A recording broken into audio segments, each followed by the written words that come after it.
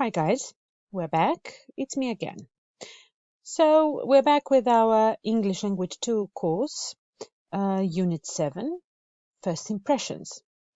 This session will be dealt with on our website, england.net. So I've opened the page, and if you like, you can use your textbook, page 66. And try to do the warm-up activity or do a little bit of speaking practice. Try to describe the photos you see, describe the people, and try to answer, give short explanations for the questions. Do first impressions matter? Can you remember an occasion when you have been tricked by someone you thought you could trust? Have you ever been put off by someone's appearance? Do you change your opinion about people based on their style, their looks, appearance, hairdo? Okay. And I'm going to ask you to take a look at the person in the photo. You have the same photo in your textbook, page 67, and try to answer the question. Imagine you are a bank manager, and the question is, would you give this man a job? Why? Why not? If not, why not? If yes, why would you do so?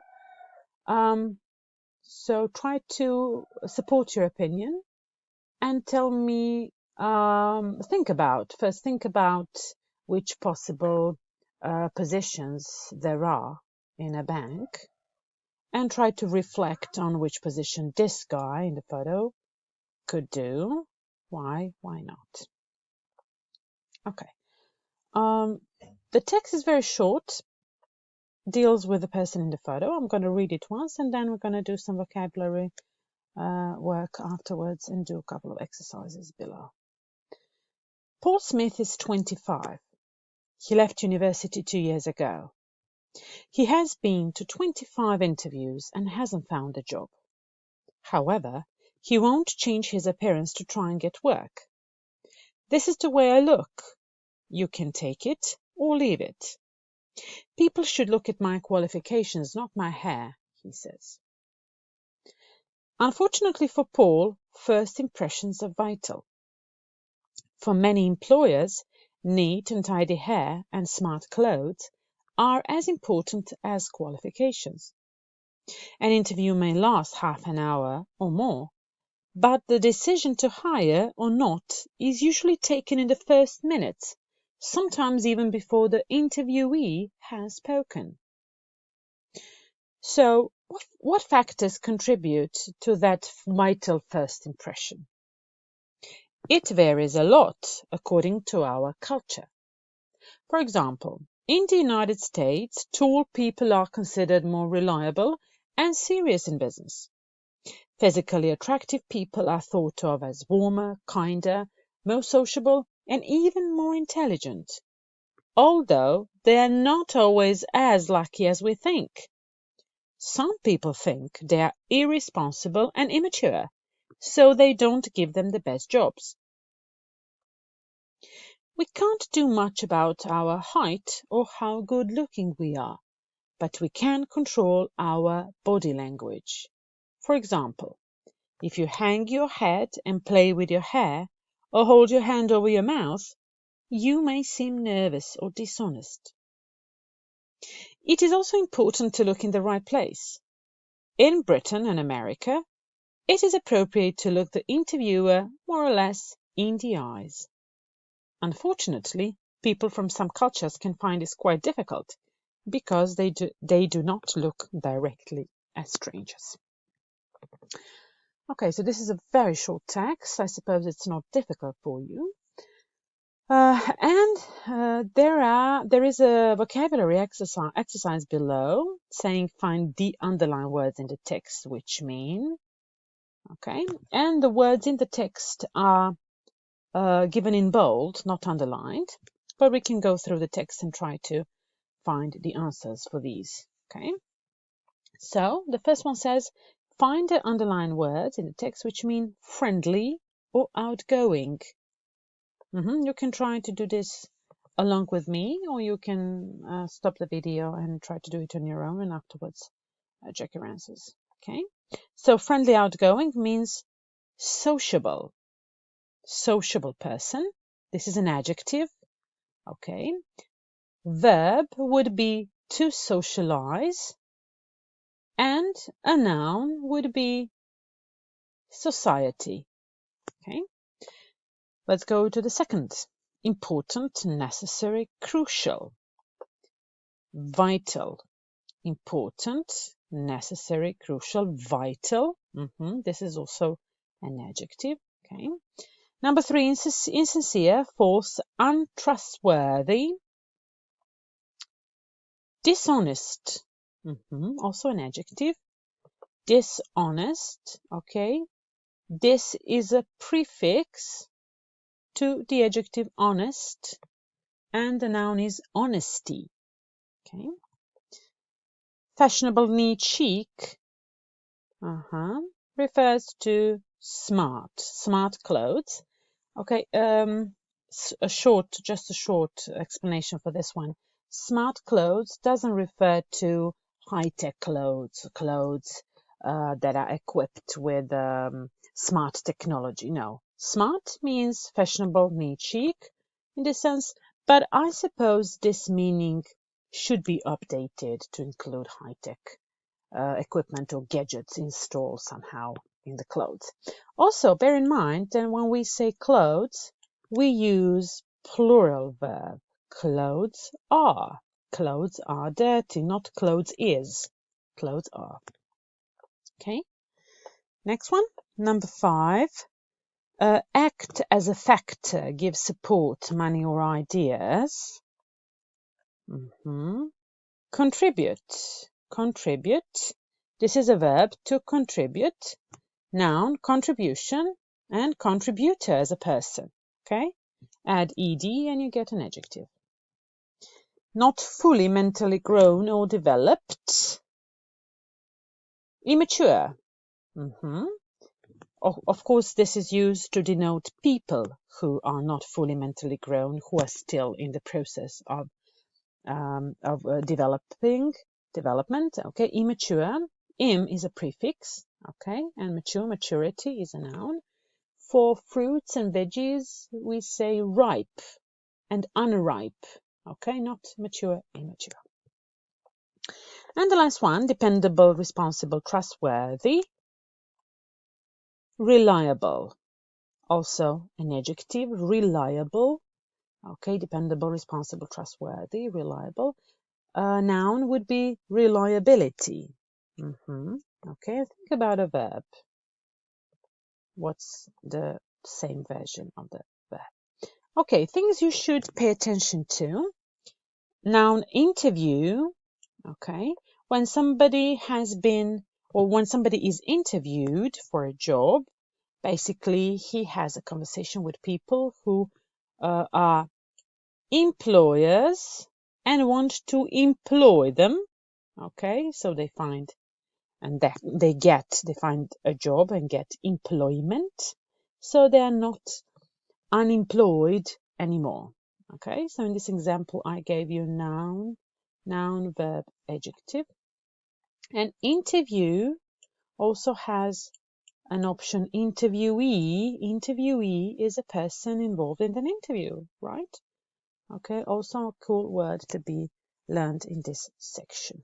Okay, also bear in mind when we say appearance, not appearance, appearance. Okay, so judging by appearance, this is a noun, obviously. Okay, and the verb is to appear, to show up, to appear, and opposite is to disappear, to vanish. Okay. We've read the text and explained a couple of words, so let's try to answer the questions given here. In your textbook, this is page 68, I believe so, right? So think and give the answer. Find out the number of years Paul has been unemployed.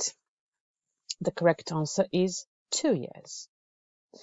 2 things that create a good impression with many employers. Okay, nice phrase, to create a good impression with.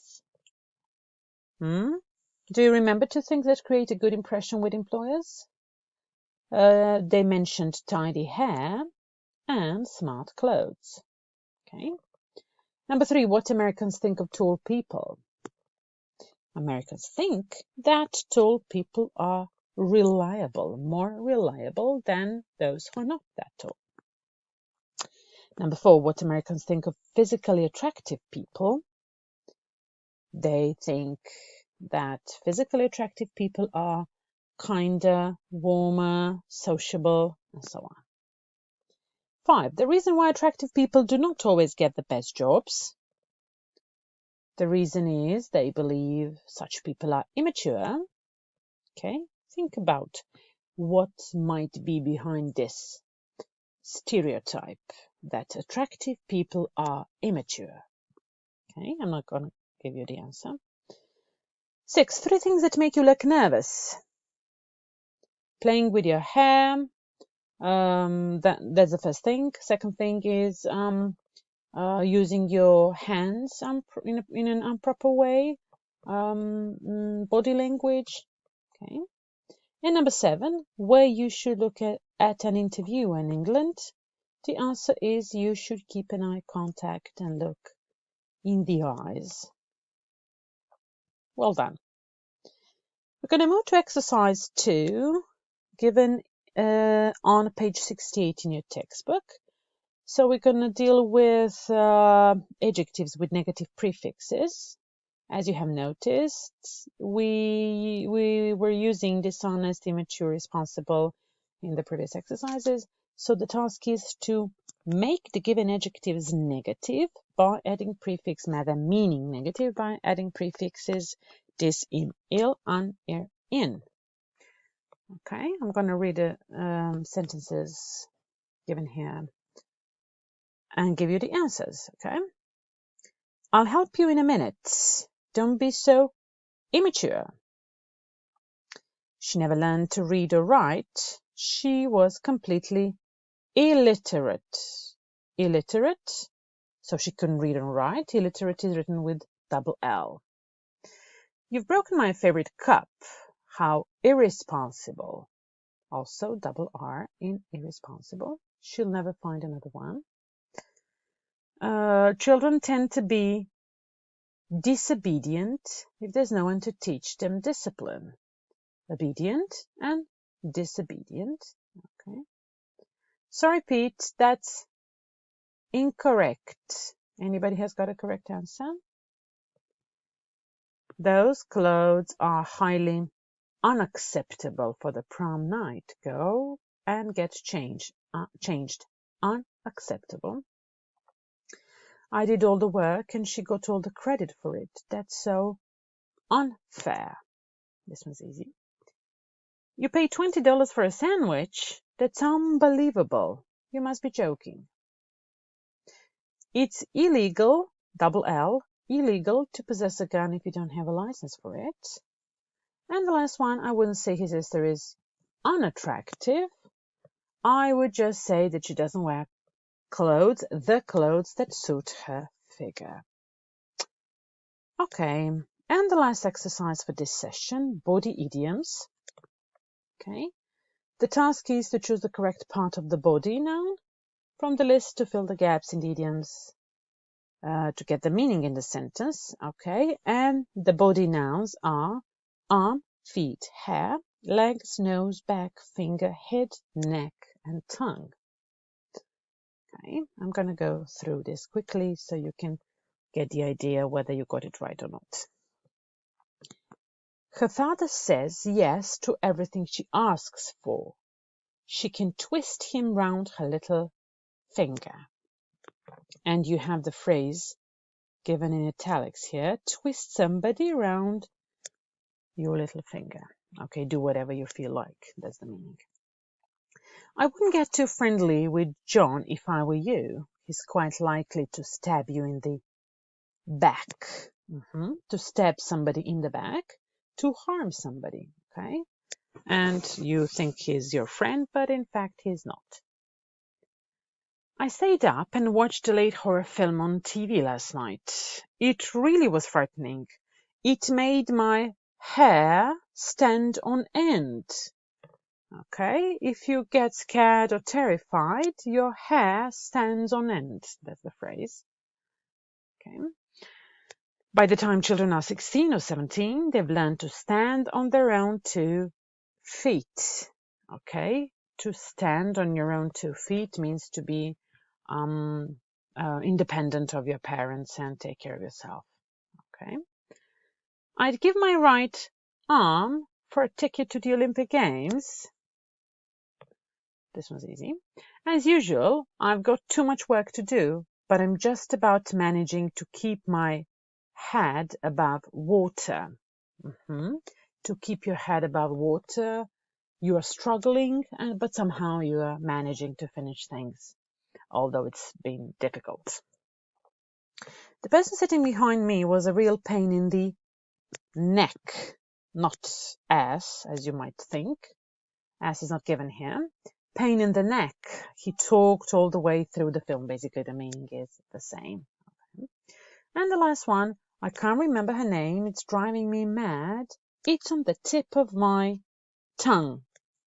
Tip of my tongue. When you can't remember something and you think you can remember, we say it's on the tip of my tongue.